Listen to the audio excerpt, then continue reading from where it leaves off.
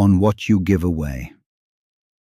My dear friend, I watched a woman at the market this morning hand a loaf of bread to someone she did not know. It was not a grand gesture. She did not pause for thanks. She simply saw a need, answered it, and walked on, lighter than before. This small moment has stayed with me all day, and I want to tell you why. We spend so much of our lives accumulating. We gather possessions, titles, knowledge, opinions, plans. We build walls around what we have and stand guard with great seriousness, as though someone might come in the night and steal our carefully assembled pile of things. And yet, if you have ever watched a child offer a stranger their last sweet, you know the truth already. The most natural motion of the soul is not to clutch, but to open. We arrive in this world with our hands empty and grasping, and we spend decades filling them. But the finest lives I have ever witnessed belong to those who learned, somewhere along the way, to let go. There is a peculiar arithmetic to generosity that defies everything we think we know about scarcity. Give away your time, and somehow the hours feel fuller. Share what you have learned, and your own understanding deepens. Offer your attention, truly offer it, to another person, and you will walk away feeling not emptied, but enlarged. I confess, I do not fully understand the mechanism, but I have tested it enough times to trust it completely. Consider how a candle loses nothing by lighting another candle. The room simply becomes brighter. You are that first flame, my friend, and you have been burning beautifully for some time. The question is not whether you have enough light to share. You do. The question is whether you will notice the unlit wicks around you and lean toward them. I suspect you are generous already in ways you do not count. You listen when someone needs to be heard. You remember the small details of the people you love, their fears, their favorite season, the way they take their tea. You show up. These are not minor things.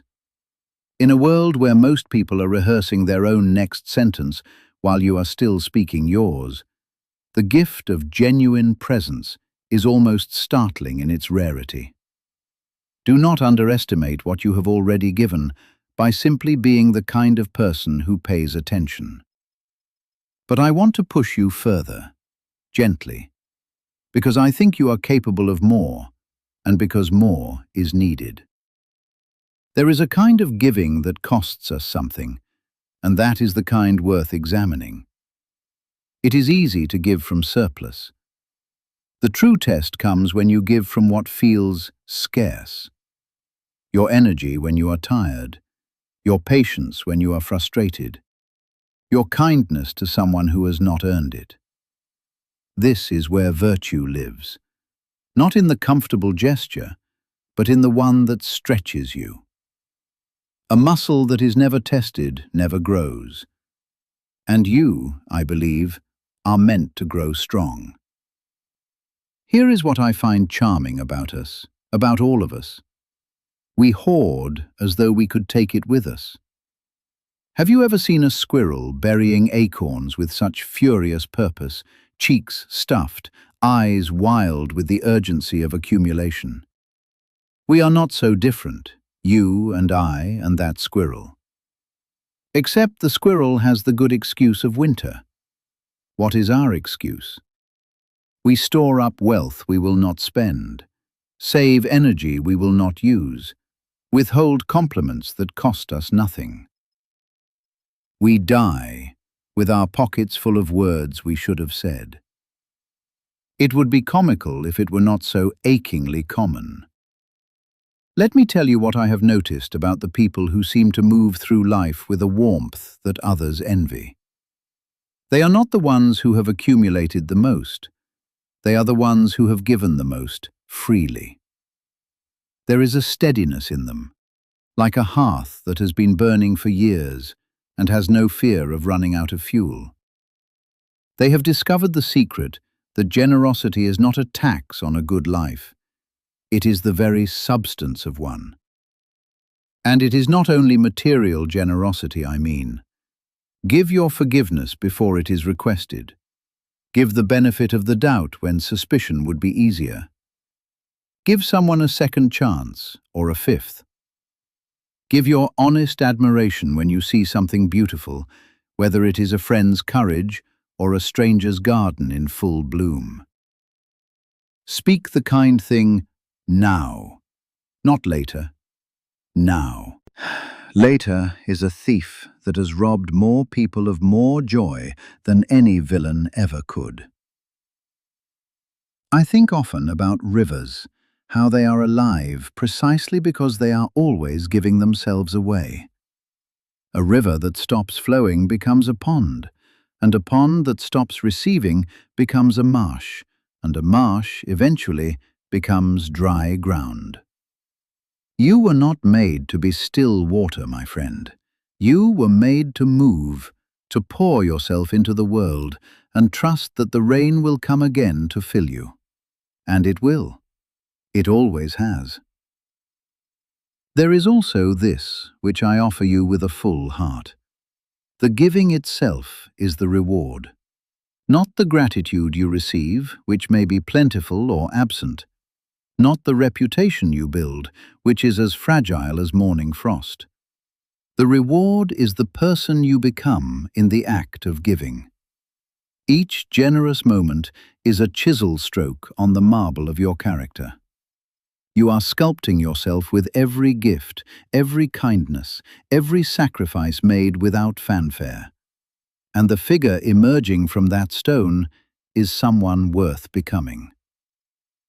I do not ask you to exhaust yourself. Even the most fertile field must lie fallow between harvests. Give from fullness when you can, and from discipline when you must, but always leave enough to tend your own small fire. You cannot warm others if you let your own flame go dark. This is not selfishness. This is the wisdom of the orchard keeper, who knows that a tree must be healthy before it can bear fruit. So, here is my quiet challenge to you. Before this day ends, give something away. Not money, unless that is what stirs you. Give your attention to someone who is lonely. Give an honest word of encouragement to someone who is struggling. Give 5 minutes of your unhurried time to someone who needs to be seen. And then notice, with great curiosity, what happens inside you. Notice whether you feel diminished or enlarged. I already know the answer, but I want you to discover it yourself. The bread that woman gave away this morning was ordinary bread, but the gesture was not ordinary at all.